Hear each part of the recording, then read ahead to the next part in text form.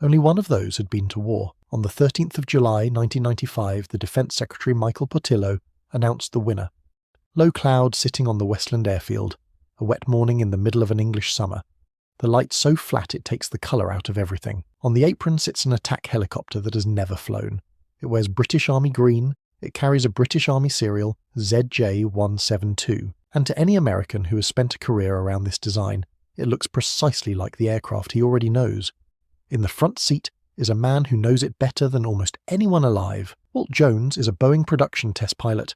His working life has been spent at Mesa, Arizona, where these machines come out of a factory in the desert heat, built for the United States Army in numbers.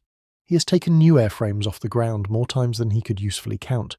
Behind him, in the rear cockpit, sits Richard Morton, chief test pilot for GKN Westland. The start sequence begins. And this is where the morning stops being routine. The note is wrong. The spool is wrong. The pitch of the sound as it climbs and settles is wrong.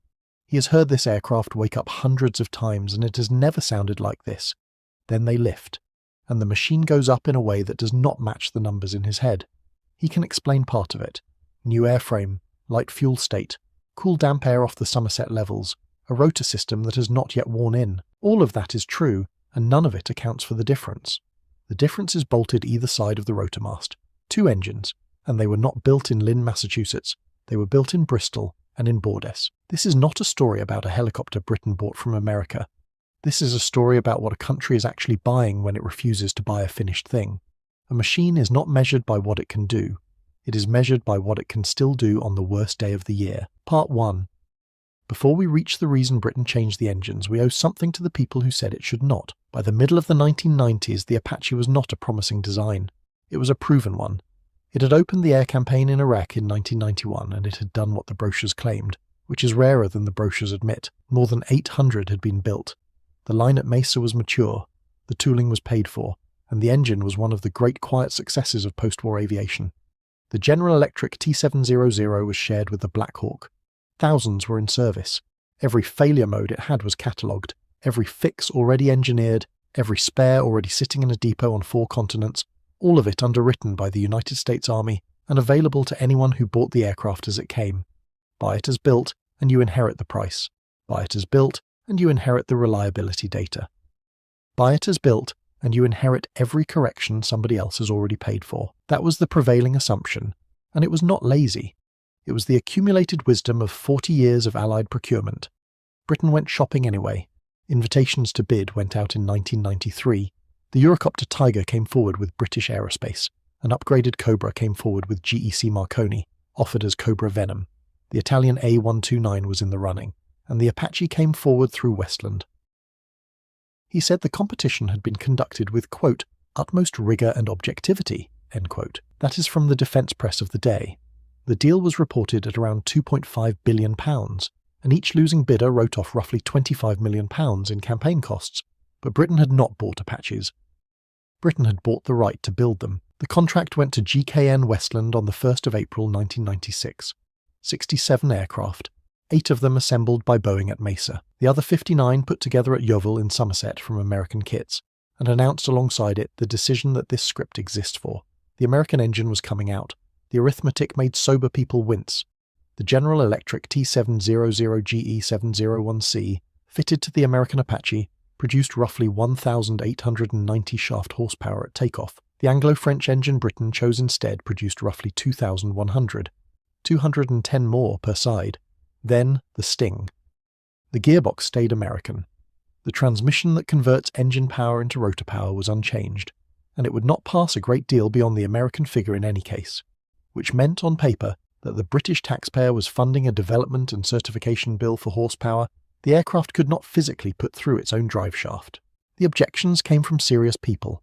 John Weston, then chairman of British Aerospace Defence, warned that the choice would make the United Kingdom, quote, a less attractive partner as consolidation within the industry continues, end quote. The Treasury did what the Treasury does, and the requirement shrank from an early ambition of around 90 aircraft to 67. In 1998, the Longbow radar was showing weight and data transfer trouble. In 1999, American Apaches were grounded over a tail rotor problem during the Balkans deployment, and in August of that year a national newspaper ran a front page saying the whole British programme was about to be axed. None of that was stupid. Their sums were correct. The gearbox limit was real, and it is still real today. The reasoning was sound inside its own frame. The frame was the problem. They were measuring the wrong quantity. The model worked. It worked right up until the aircraft went somewhere hot. Part 2. The machine was designated Apache AH Mk1.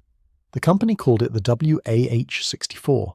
67 were built, 59 of them at Yeovil, and everything that made it different from an American Apache followed from one decision taken at the top. The engine was the Rolls-Royce Turbomeca RTM322. It came out of a 50-50 joint venture between Rolls-Royce in Britain and Turbomeca in France, with development costs of roughly £100 million split down the middle. It had not been designed for a gunship at all. It was designed for the EH-101, the aircraft the Royal Navy would come to call Merlin, and it first flew in one on the 6th of June, 1993. It went on to power the NH-90 as well. Here is the thing the horsepower argument missed. A gas turbine does not produce a fixed number. It produces whatever the air will allow it to produce. Hot air is thin air. High air is thin air. Put the two together, a summer afternoon in a mountain valley, and an engine rated at a comfortable figure at sea level on a cold morning is delivering a great deal less than its datasheet. So the useful question is never what an engine makes on a test stand in England. The useful question is what it still has left when the day is against it. It was not about speed. It was not about a larger number in a brochure. It was about what remained. Everything else Britain bolted on made sense only because that margin existed. Every one of the 67 carried the Longbow millimeter wave radar in a drum above the rotor mast, and Britain was the first operator to fit it across an entire fleet. That is weight, mounted high, in exactly the place you least want weight when the air is thin. American crews in Afghanistan sometimes removed theirs to claw back performance. British crews did not have to. One British pilot told the defence press in January 2007 that he would feel naked flying without it. That same reporting in Flight International recorded that the British engines gave hot and high performance superior to the Apaches of the United States Army, in air temperatures up to 49 degrees Celsius and at altitudes up to 10,000 feet. The rest of the British specification followed the same logic. Folding main rotor blades so the aircraft would go below decks on a ship and inside a transport aeroplane. HIDAS, the Helicopter Integrated Defensive Aid System, cleared for service in July 2003, tying radar warning, laser warning, missile approach warning and the chaff and flare dispensers into one system that would act before the crew asked it to. CRV-7 rockets in place of the American Hydra. Bowman secure radios so it could speak to the British Army rather than to somebody else's, anti-icing on the blades for Arctic work. Then it went to Helmand. 656 Squadron of 9 Regiment Army Air Corps arrived in the summer of 2006 into ground temperatures that flatten a helicopter's performance chart and flew loaded, with the radar still fitted, out of landing sites that sat thousands of feet above the sea. The margin that the accountants had called waste was now the difference between a task accepted and a task declined. The American reaction, for the record, was not resentment. At the Mesa rollout, Boeing's Mike Sears, then president of Military Aircraft and Missile Systems, called it, quote, a great program for GKN Westland, for Boeing and the UK government, end quote. Richard Case of GKN Westland thanked, quote, those involved from Lockheed Martin, Boeing and GKN Westland Helicopters who are delivering this key project both on time and on budget, end quote. Two companies building the same aircraft two ways and shaking hands about it. What those crews did with it over Helmand would eventually change how three armies thought about a helicopter's power rating. But first, if this deep dive into British engineering is holding you, hit subscribe. It costs nothing, and it helps the channel grow. Now, the record. Part 3. Ask why Britain could do this at all, and you stop talking about helicopters and start talking about a country's industrial flaw.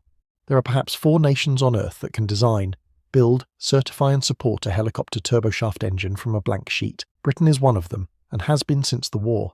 The RTM322 existed because Rolls-Royce and Turbomeca agreed to pool a market neither could carry alone, and because there was an aircraft, the Merlin, already committed to it. Yeovil existed because Britain had decided, repeatedly and expensively, that it would keep one helicopter plant of its own. That is why the offset argument nearly sank the American bid before it won. The defence press of the time recorded that the industrial package only came right when Rolls-Royce and Shorts came to prominence within it. Britain was not, in the end, buying 67 helicopters.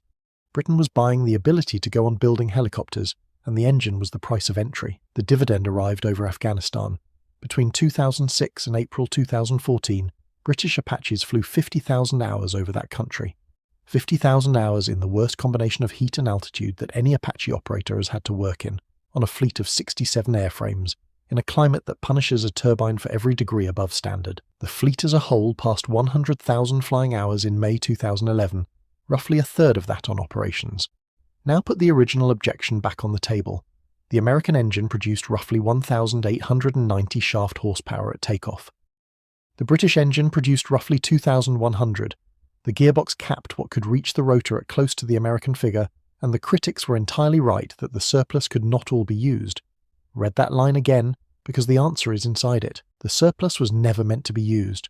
The surplus was there so that the engine would still reach the gearbox limit on a day when the American engine could not. At 49 degrees, at 10,000 feet, nobody's making their sea level rating. Both engines fall. The one that starts higher lands in a better place. The cap was not the flaw in the design. The cap was the target, and the whole argument was about which engine could still hit it in August. A machine is not measured by what it can do. It is measured by what it can still do on the worst day of the year.